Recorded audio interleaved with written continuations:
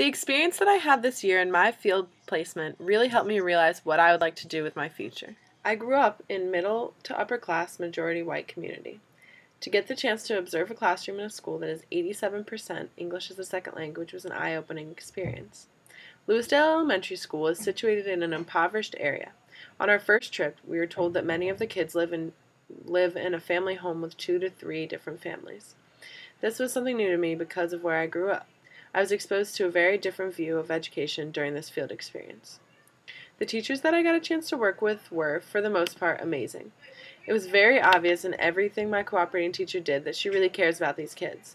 She teaches English, and I worked with her class, which is considered the advanced class. She has cultivated relationships with the kids to the point where she can see what they need in order to learn better and get to the next level of their education. She went about teaching with such a positive, fun manner that the kids really wanted to get to her class. She really is an amazing person to learn from. As for the students, I really came to enjoy working with my students. My class is the advanced class, and yet there are still so many kids behind where they should be. Although I chose to observe multiple students throughout the semester, I observed one buddy multiple times. He had trouble reading and writing, and as he was not a native English speaker. However, he was really bright in the other subjects. During the math and science exercises, he was the first one to answer, and the teachers often used him as an example. He could explain things to other students and really help them understand. My cooperating teacher once said, "He's ready to learn, and he wants to learn. When you talk to him, he takes it all in like a sponge." This was heartwarming and at the same time devastating. My buddy wanted to learn and wants to learn and is willing to work hard to learn, and he's got such a big roadblock to stumble over, like simple reading and writing skills. In my journal entry from November 13th, I wrote about an incident with his spelling exam. Being an English as a second language student, he has special accommodations. I was helping him practice for his upcoming test, and I noticed that he was just guessing how to spell the words and then checking for my reaction to see if he was right. When it came time for the test, my teacher told me that for his test, he was allowed to take a modified version that had multiple choice answers on the back because of the language barrier. My cooperating teacher commented that she wasn't sure if he'd be able to move up to middle school without some formal help outside of the class. It was just really disheartening to learn that despite his hard work, he could be held back because of his language issues.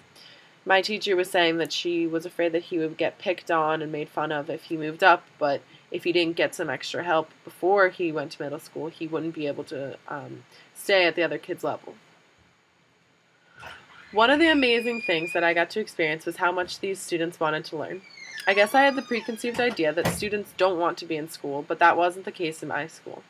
All the students raised their hands, did their work, and were eager to show that they learned something, and that was amazing to see in itself. But the biggest thing I learned is what I want to do with my life.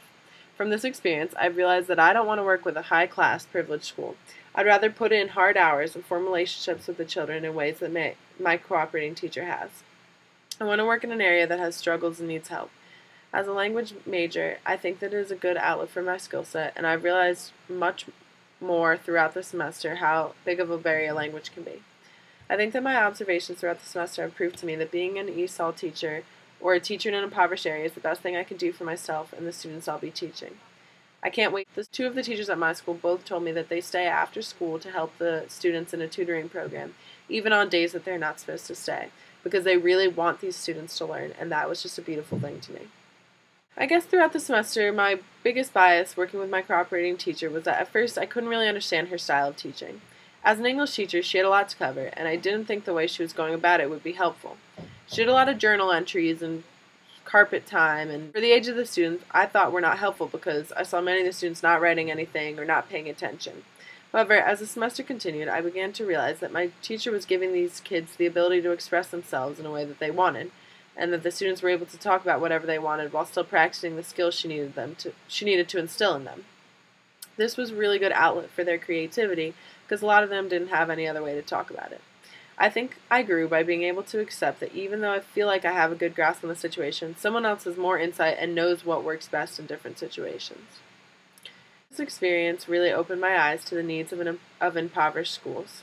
Lewisdale needs more resources, everything from more classroom space to tutors. I think that working in a school like this can give me experience working with ESOL students, something that I plan to do once I graduate. As for while I'm still in school, I know that if possible I want to try and tutor or hold after-school programs for the children who need more language help. I think it'd be a great experience for me and it would help them tremendously.